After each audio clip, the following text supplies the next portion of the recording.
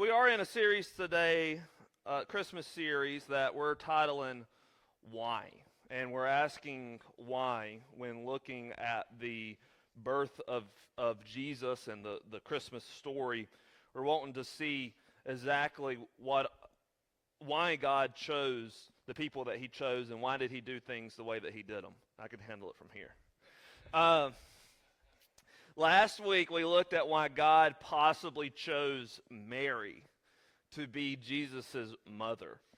And basically what we concluded was that it was because of faith.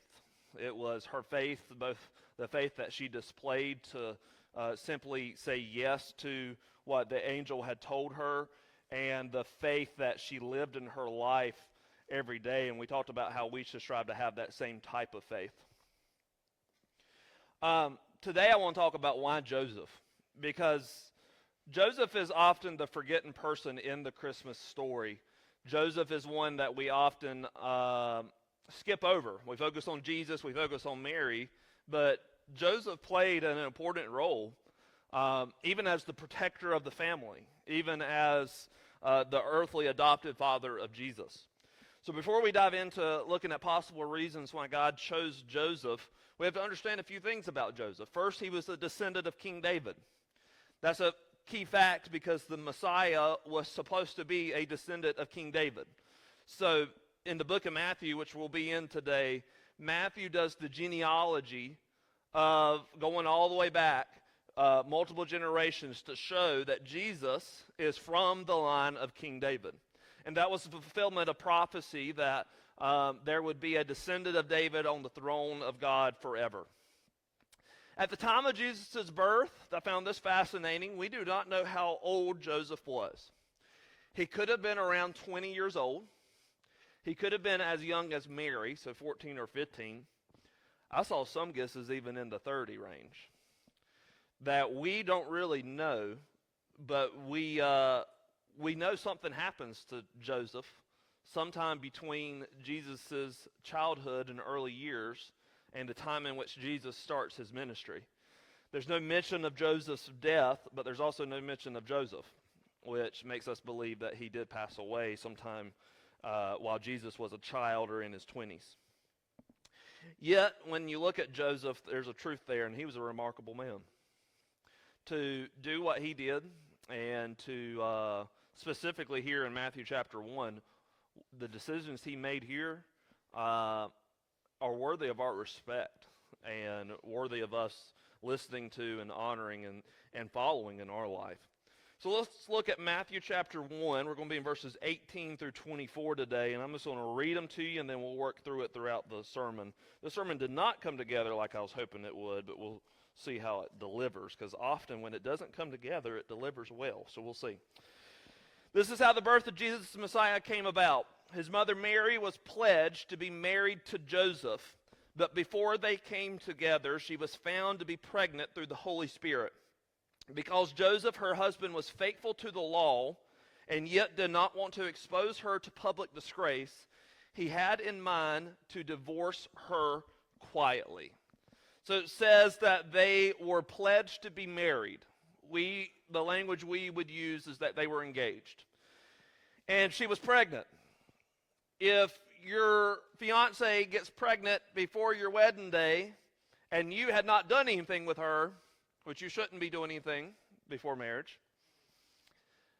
there is reasonable conclusions that she had been with someone else. And so with their laws the way they were at the time, in our day, if you called off an engagement, you don't have to file any paperwork with the government. But the way the laws were at that time, it required a divorce. So their engagement was a little bit more permanent than ours was. And so he had planned to divorce her because it just made sense that she was with another man. Yet, he was mindful of her because during that time, if she would have been caught committing the act of adultery, and in this case, there was evidence of it, she would have potentially been stoned to death. It would have been very bad for her. Think about the woman caught in adultery in the Gospels that the Pharisees and the religious leaders want to stone to death. That's what would have happened to Mary, the mother of Jesus. Yet Joseph, he cares about her, and so he has mind. This, an angel of the Lord appeared to him in a dream. It said, Joseph, son of David, do not be afraid to take Mary home as your wife, because what is conceived in her is from the Holy Spirit. She will give birth to a son, and you are going to give him the name Jesus, because he will save his people from their sins. All this took place to fulfill what the Lord had said through the prophet. The virgin will conceive and give birth to a son, and they will call him Emmanuel, which means God with us. So the angel tells them some key details here. He says this really is an act of God. And he tells them the plan. He says you're going to name him Jesus. He's going to save people from their sins. And then Matthew, the writer of this gospel, wants to record that this was a fulfillment of a prophecy that was told in the Old Testament. And so Joseph, his response is as amazing as Mary's response was. It says, when Joseph woke up, he did what the angel of the Lord had commanded him, and he took Mary home as his wife. But he did not consummate the marriage until she gave birth to a son, and he gave him the name Jesus. He took the angel at his word, and they got married. And he did not consummate the marriage to protect the authenticity of the virgin birth. If you don't know what consummate means, talk to David on the way out. I see two things that stand out to me about Joseph and his response. The first was that Joseph was humble before God. We were told in verse 19 that he was faithful to the law. This would have been the Old Testament law. This would have been God's law. Not necessarily the law of the Romans, but it was the law of God. So we see he was an obedient guy. He was obedient to the Lord, which to be obedient to the Lord, I think, requires you to be humble. But what stands out to me more is that how willing he was to listen to what the angel of the Lord said. Because saying Mary was pregnant through an act of the Holy Spirit would have been hard to believe. His pride could have stepped in and said, there's no way that's true. This dream I had was just me hoping for the best scenario so that my life is not uprooted. It doesn't make sense. His pride could have stopped him from being Jesus' earthly dad, but his humility, not putting his own beliefs over what the angel of the Lord told him, caused him to take the angel of the Lord at his word. That was humility. But I also think it took great courage. To side with Mary, to say, hey, I really believe this is what happened. That was a courageous act. When we think of courage, we think of people in the military going to war. We think of first responders running into danger. We think of climbers climbing to the top of mountains. We think of courage looking like that. But I wonder if this was one of the most courageous acts we've ever seen. And later we'll talk about the most courageous act we've ever seen. It would have been hard for anyone in their village and their family to believe that she was pregnant through an act of the Holy Spirit. And yet, Joseph was choosing to believe it and basically put himself out on that limb with her. It took courage for him to believe the angel of the Lord, but it also took courage for him to keep her as his wife in front of all his friends and family. You know they were questioning him. You know that if they told them the truth, which I believe they probably did, if they told them the truth, they questioned it. And later we'll look at probably some of the things that were said to Mary and Joseph. Yet he did it. He did it. And because he did it, he got to experience the blessing of being Jesus' earthly dad. I want to make up something today for the sermon, and this is where the whole sermon is today. I believe Joseph displayed what I want to call courageous humility. And this is the courageous yet humble posture of obedience to God. The courageous yet humble posture of obedience to God. When I think of someone being humble, I think of a person bowing down like this person is. Initially in my definition, I had the lowly position before God. It's them offering themselves to God to be used however he sees fit. And humility is necessary to be a follower that shows favor to the humble.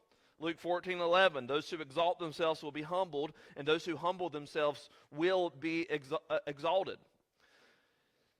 There we're told how crucial it is to be humble before God, because if you're not humble before God, God's going to oppose you.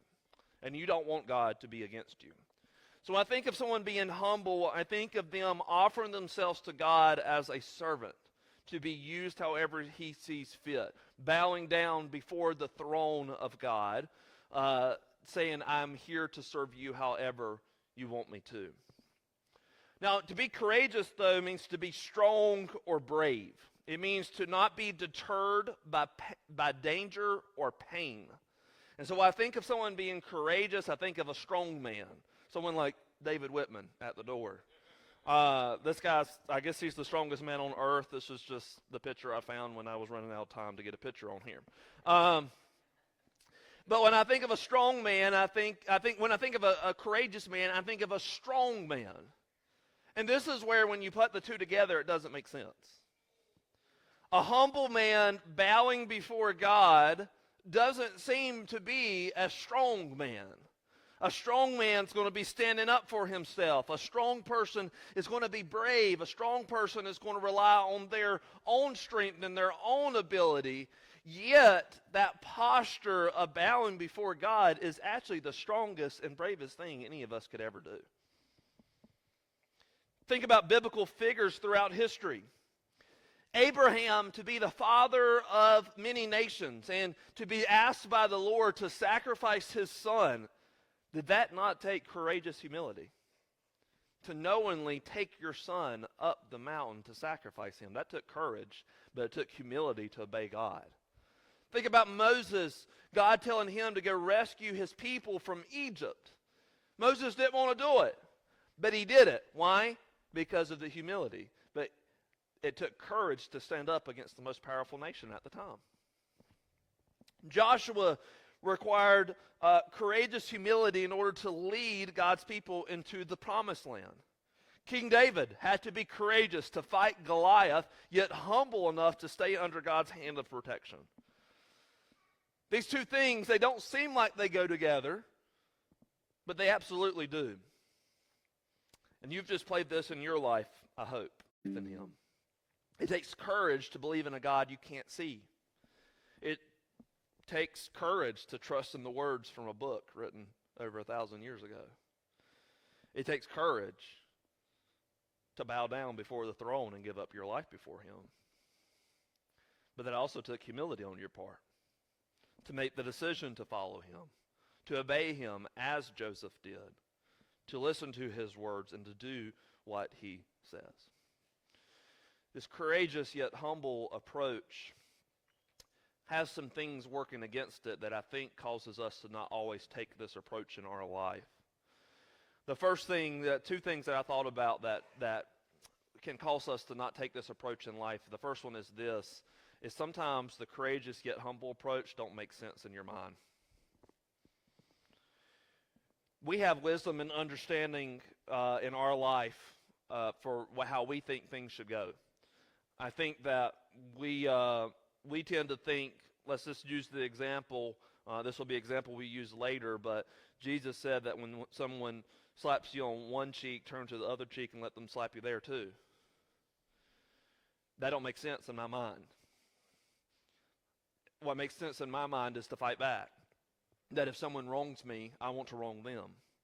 That I won't take an eye for an eye and a tooth for a tooth. But that doesn't make sense. That's where we have our mind and even our fleshly nature that will tell us the way things should be. But Paul tells us in 1 Corinthians 3:18 through 19, do not deceive yourselves. And if any of you think you are wise by the standards of this age, you should become fools, so that you may become wise. For the wisdom of this world is foolishness in God's sight. And that verse right there leads me into the next reason why we often don't take the courageous yet humble approach, is because the world won't understand. When we take the courageous yet humble approach, it looks like foolishness in the eyes of the world. It looks like foolishness in the eyes of society. People in the world like that don't make sense. Think about Joseph. Let's put ourselves in Joseph's shoes. He chose to stay with a woman that claims to be pregnant by God. An impossible act. Can you imagine how much Joseph's name was rammed through the mud? I can hear them gossiping. Can you believe he fell for her lies so easily? Dude, you're a fool if you believe that. You're letting her run all over you like that? His reputation took a huge hit. I don't think we realize that very often.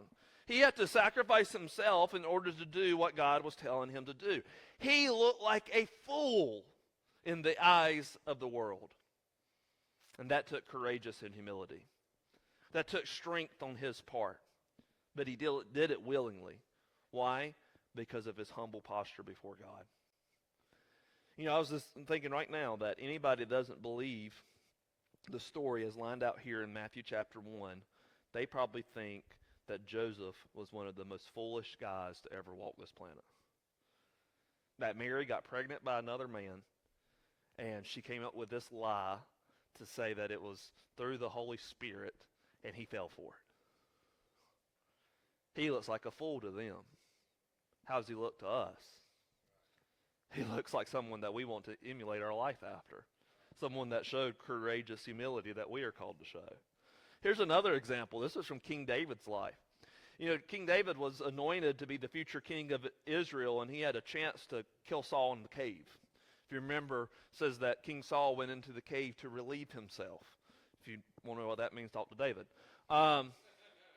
He went to pee. That's what he did. He went to pee. And it just happened to be the same cave that King David and his army was hiding in. So here's King Saul. David's already been anointed as the future king of Israel. King David is being hunted down by King Saul and the armies of Israel. King Saul wants him dead. So here's King David in the cave with his enemy, and he has the chance to strike him down right there and most likely unite Israel behind him as king. Yet he didn't take that chance. Instead, what he did was he went up and he cut off just a piece of King Saul's garment. And he even felt bad about that. He said to his men in 1 Samuel 24, 6 through 7, "The Lord forbid that I should lay my hand on him, for he is the anointed of the Lord." With these words, David sharply rebuked his men and did not allow them to attack Saul. And Saul left the cave and went his way. David felt convicted because he had cut off a garment from the Lord's anointed, the one that God had put in charge of Israel at the time. He felt bad because God had chosen Saul, and God would take Saul, and he believed that God would take Saul out of the way when the time came.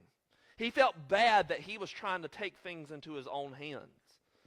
And so he said, you know what, I'm going to leave this up to God. Now, you know his army was thinking David was a fool. Because here is the king, here is the one that is trying to kill you. And you could strike him down right then and there. Why would you not? What made sense to the world would be that you strike down your enemy, you get the jump on him, you end this war, you stop running, you stop being hunted down, and you live in the kingdom rather than in the cave. That's not the approach David took. Why? Because he was humble before God. It actually took more courage for David to say, men, we don't attack this guy. This guy is anointed by God, and when God wants him out of the way, God will get him out of the way. That was courageous. Especially courageous in an army setup when the army could turn against David right then and there. Yet he took the courageous yet humble approach. And that's where we get into the most courageous act of humility we've ever seen. And that was Jesus going to the cross for our sins. Didn't that take courage? Yeah. Did that take humility? Oh, yeah. Did the world understand it?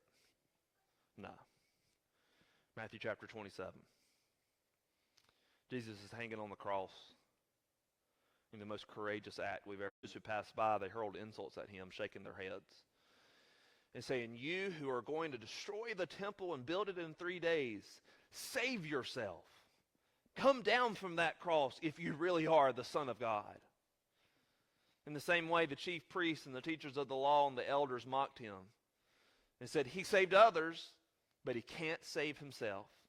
He is the King of Israel. Let him come down now from that cross, and we will believe in him. He trusts in God. Let God rescue him now if he wants." They mocked him. They said, "If you really are the Son of God, then come down off of that cross.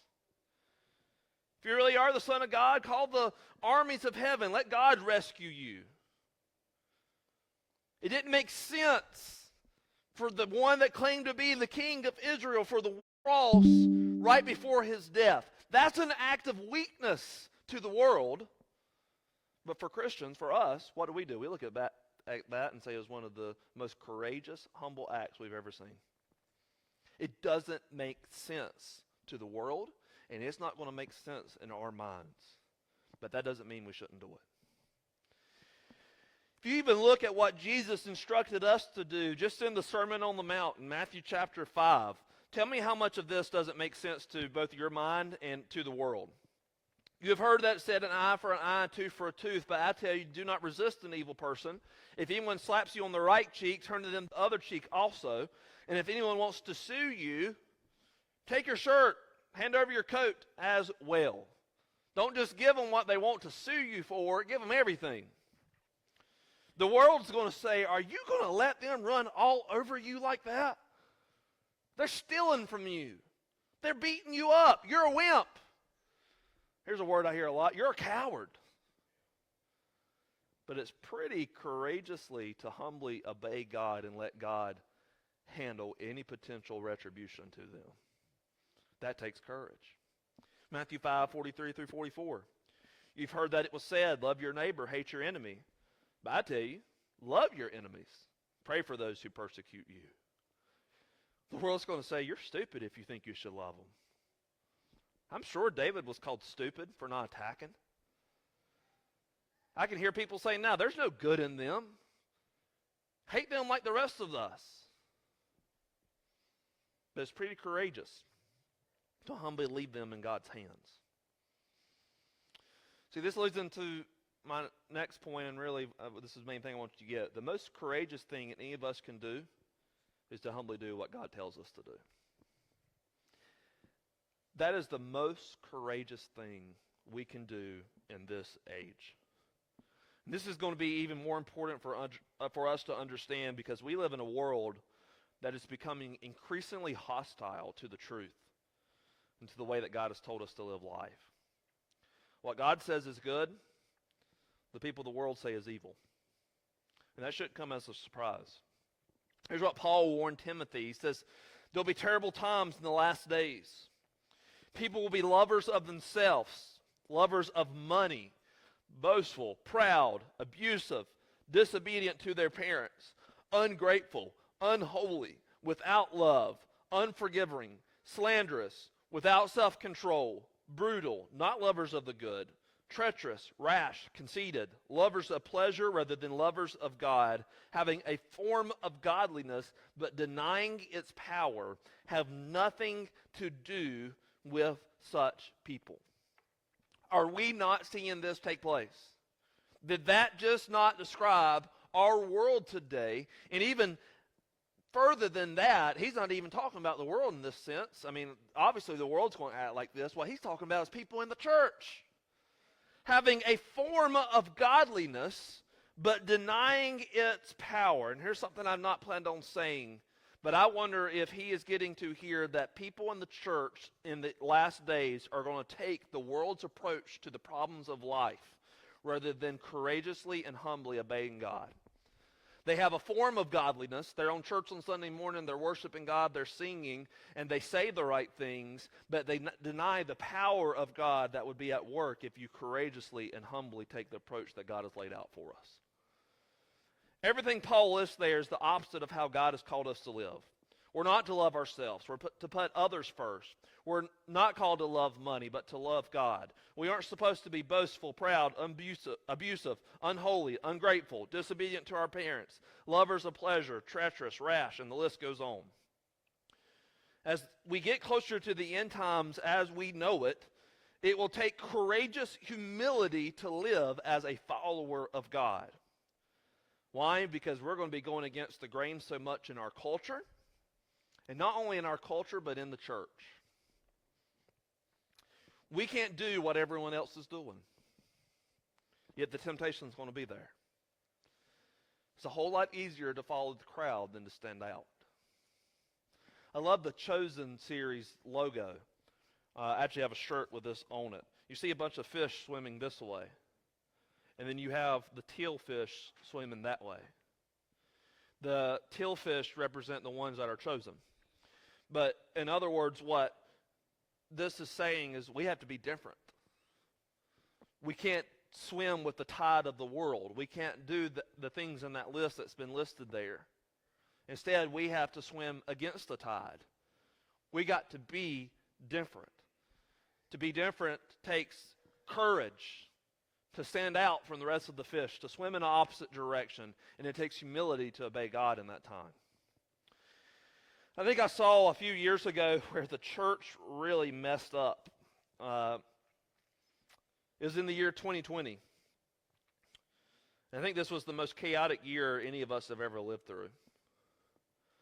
I'm reading a book right now called Resilient, and he spent most of the time throughout the book going back to 2020 and how bad it was for us, and how we are still dealing with the consequences of that year now. And not only are we dealing with it now, but we're going to be dealing with it even more in the future. Basically what 2020 did was it used up any reserves we had in our resiliency. And now if something bad hits in our life, we can't handle it. We break down. And for some of us, maybe you haven't had anything super bad happen, but when it happens, you're going to realize that tank's been empty for a while. And so I look back at 2020, and I see that the church responded pretty badly. Did Christians respond that much differently than non-Christians? No. Both responses were full of fear and anxiety. Yet what did Jesus tell us? He says, therefore I tell you, do not worry about your life, what you'll eat or drink, or about your body. And I'm pretty sure that included COVID-19. He said, don't worry about what you wear. Is not life more than food, and the body more than clothes? Look at the birds of the air. They do not sow or reap or store away in barns, and yet your heavenly Father feeds them. Are you not much more valuable than they? Can any one of you, by worrying, add a single hour to your life? I wonder how many hours we lost from our life worrying in 2020. What kind of physical health problems have come from our anxiety being up about this virus, about an election, about masks, about the government taking control? See, there wasn't, I saw different camps. I saw either you had people that were fearful of COVID and listening to everything the government said and was extremely careful, or you had people who were fearful of the government and didn't take COVID seriously. And then, of course, at the end of the year, we get hit with an election. That's one of the most divisive elections, closest elections we've ever seen. And that was not resolved within 2 or 3 days like most elections were. That went on all the way to January when the new president was sworn in. And what did a lot of Christians do in 2020? They did the most cowardly and prideful thing they could do. They took matters into their own hands. With COVID, they became scared and isolated. With the government, they blatantly disobeyed and hurt their Christian witness to those in the world. And with the election, I saw Christians, pastors, presidential candidate was elected. And we all know which one that was. Christians did not respond with courageous humility. A humble approach would have been to pray about every bit of it before we acted on anything. To seek God's will, to seek God's guidance, to look to Him. And a courageous approach would have been to leave it all in God's hands. Yet, there were pastors here in Randolph County posting on Facebook saying that your pastor and any Christian who is not involved in politics and standing up and protesting this election, that they're cowards. If you ask me, we were the courageous ones. We were not acting out of fear. We were leaving things in God's hands. Here's what I was doing as a pastor in those times. I didn't know a thing about COVID-19 other than what I read, and you could read two things and they'd be the opposite. I didn't know whether masks worked or not. I didn't know whether the government was right in locking us down or not. I didn't have the answers. I don't know if the election was stolen. But I know God knows all the answers, and I'm just going to keep on following Him through it all. And I believe God's going to work it out in the end. And guess what? The fears that people had have not come to fruition. I am going to screenshot this next election any post I see from a Christian or pastor that says that if Joe Biden's reelected, that there goes our Christian freedoms. Because that's what I saw in the 2020 elections. I saw people post that if a Democrat president is elected, there goes our Christian freedoms. You can forget meeting in church. You can forget all this stuff. Has that come to fruition? No. In fact, it was a Republican president that we were under that ultimately resulted in us not being able to have church for a few months. We come up with all these fears, and we act on those fears, yet taking the courageous yet humble approach of leaving everything in the hands of God. We messed up in 2020 on a grand scale. Let's make sure we are doing what we should be doing today. So in your workplace, when you're being wronged in some way, sometimes the most courageous thing we can do is to not attack back, but instead to pray. When you've been stolen from or gossiped about or attacked in some manner, maybe by your family, maybe by the church, maybe by friend groups, or whatever it may be, take the courageous yet humble approach and just keep living your life the way God has called you to live it. And if you do that, I can promise you the rest of it will work its way out. Because see, it leads into this last point. When we take the courageous yet humble approach to life, we leave the results in God's hands. This is the strongest position you can be in, and it brings the best results. That's what Joseph did. And look at the impact he made on Jesus and the impact Jesus made on others. I was talking to someone this past week, and he was telling me how he's went through a transformation over these last few years where when he hears the stuff going on in the news today, his immediate response isn't to gather his guns and be ready.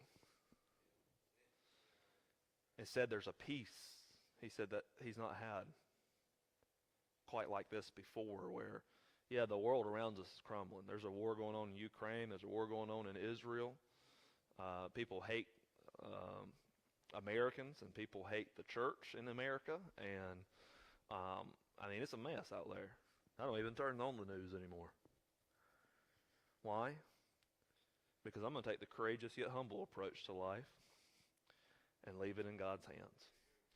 Jesus tells us a parable where he says you can either build your house, and when he talks about your house, he's talking about your life. He said you can either build it on sand or you can build it on the rock.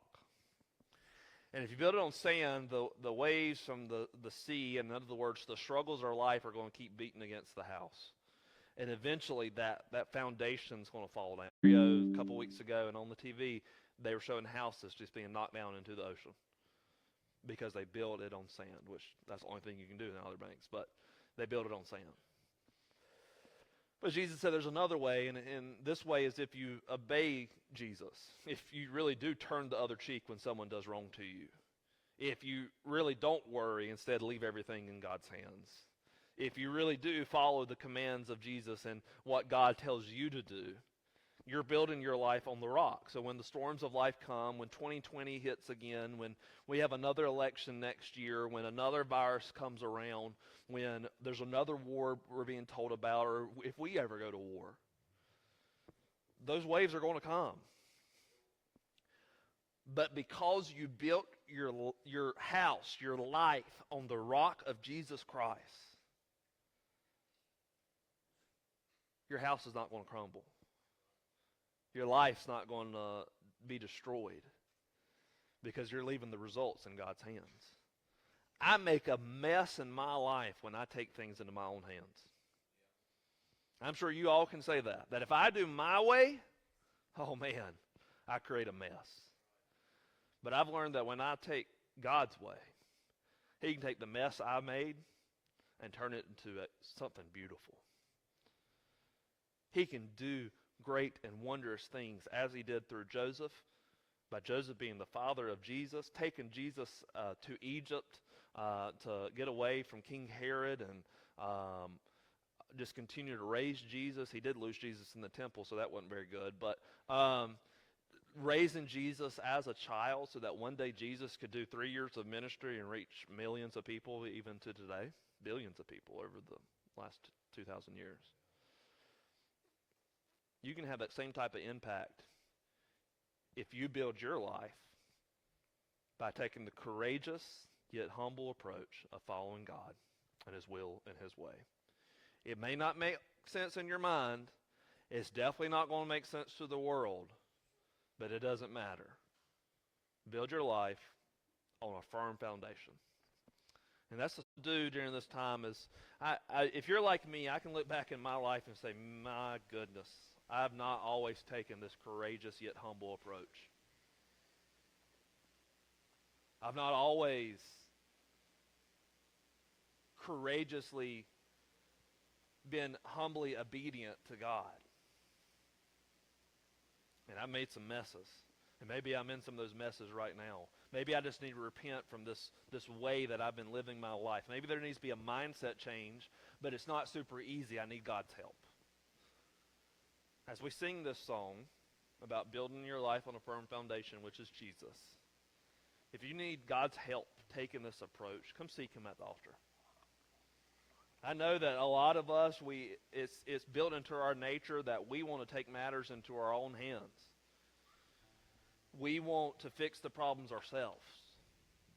We want to do things our way or the world's way. We want to do what makes sense. Take the courageous approach of doing what God says. And He'll handle everything there in the end. Let's pray.